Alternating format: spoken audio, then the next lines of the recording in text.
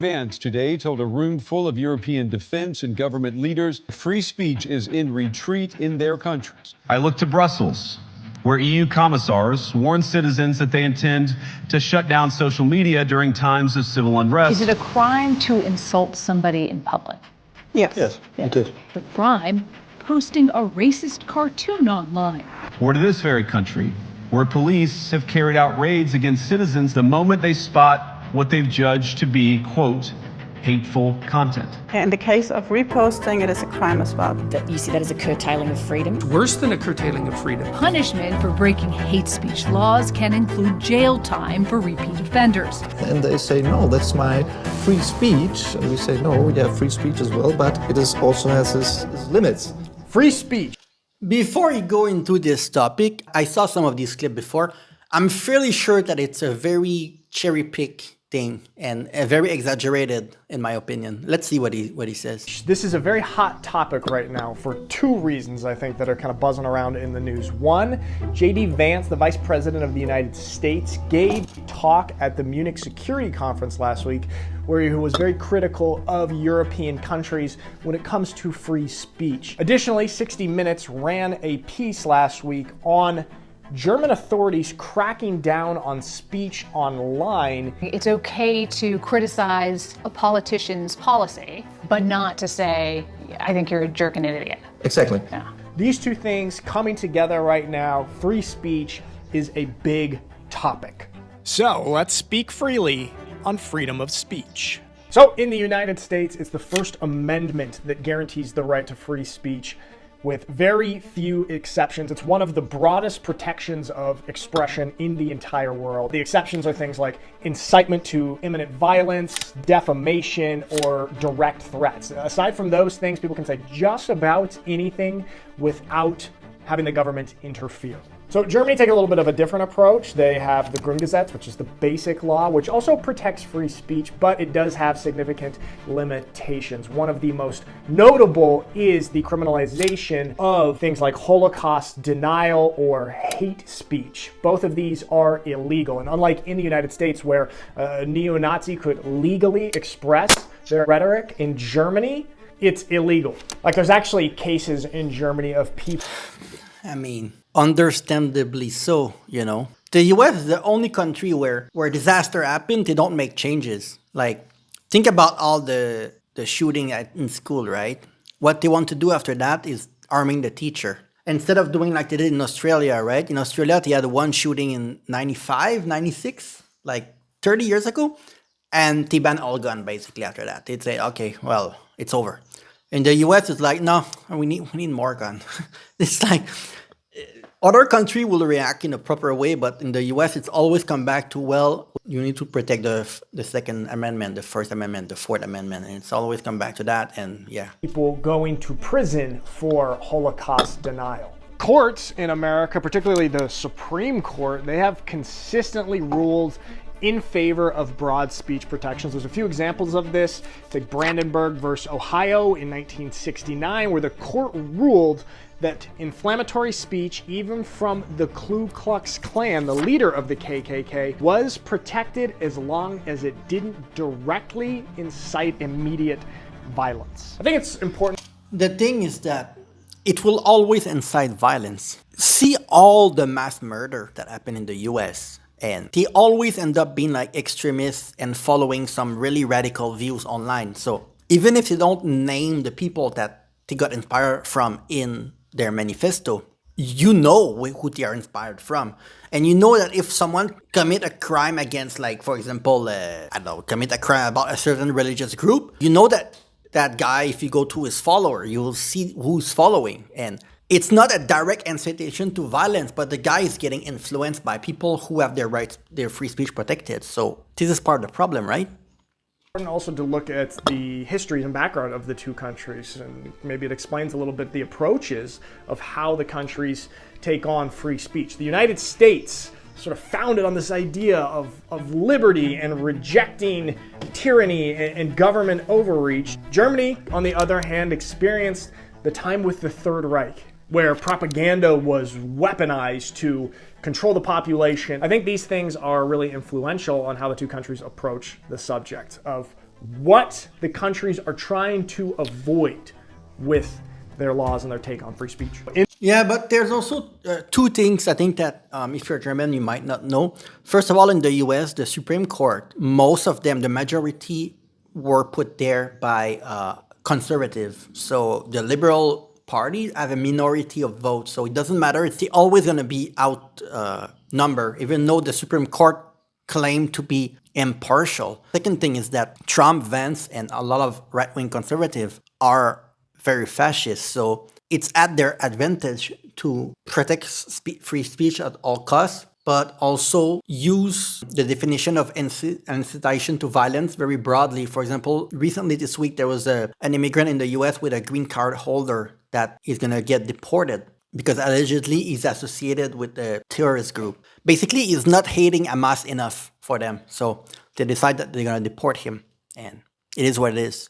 In the United States, even groups that have been the victims of certain speech, they have actually come to the defense of the rights of these groups to express their views. There's a great example of this, the National Socialist Party of America versus the village of Skokie. This is from 1977. In the case, a neo-Nazi group actually planned a march in this town, and it was a town with a very large Jewish population, including many Holocaust survivors even. The ACLU, the American Civil Liberties Union, they actually defended the right for the neo-Nazis to do this march. In that case, the main... This has changed a lot.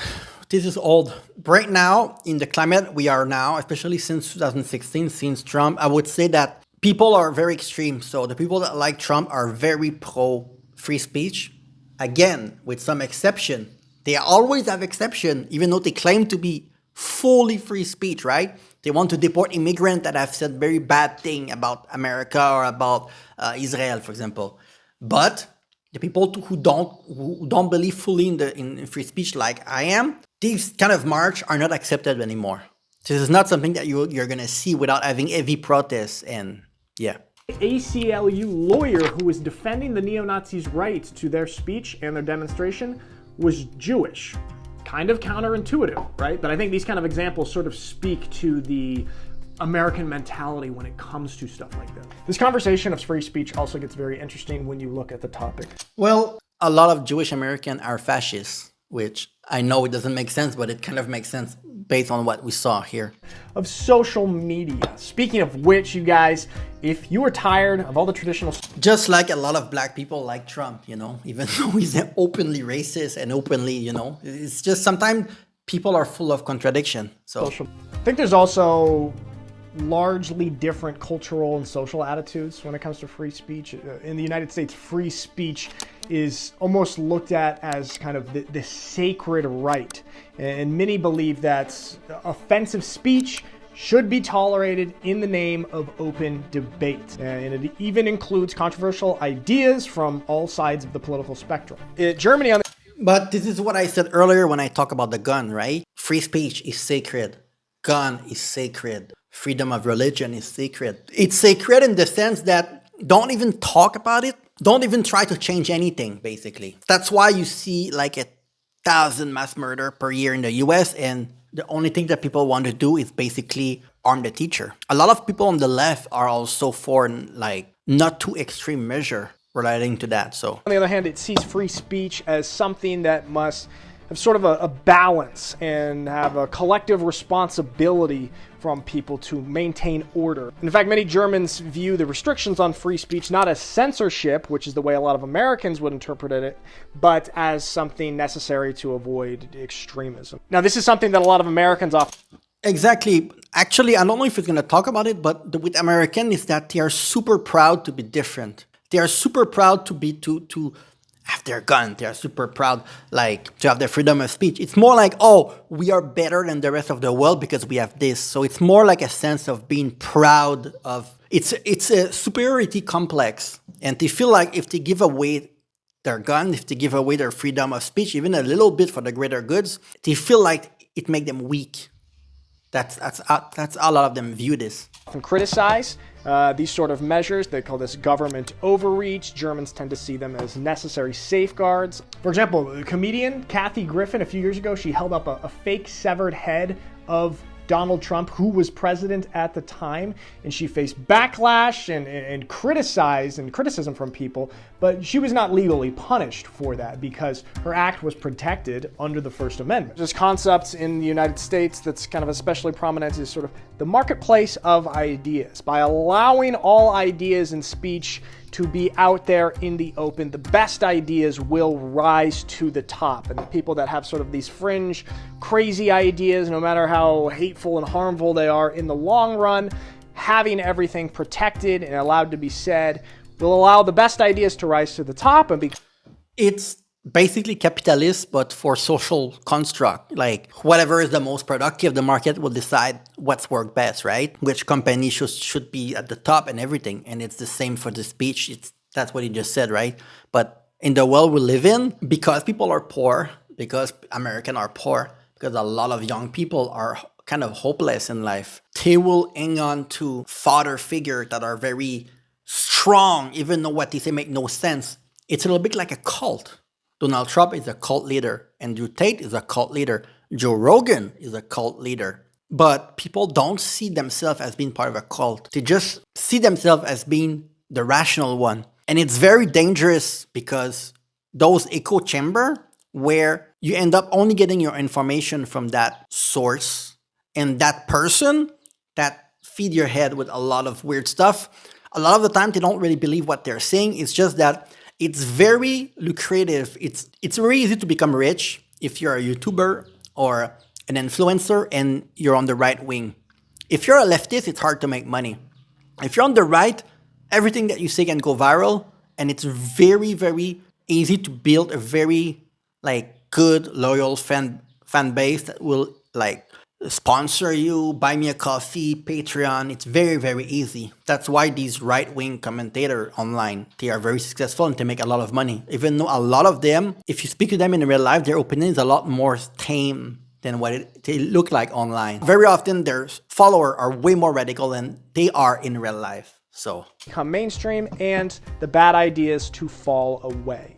I think you could kind of look at it as sort of a continuum of free speech, with a country like North Korea on one end that basically has no freedom of speech or expression, and then the United States on the other end that has kind of the most broadly protected free speech and expression.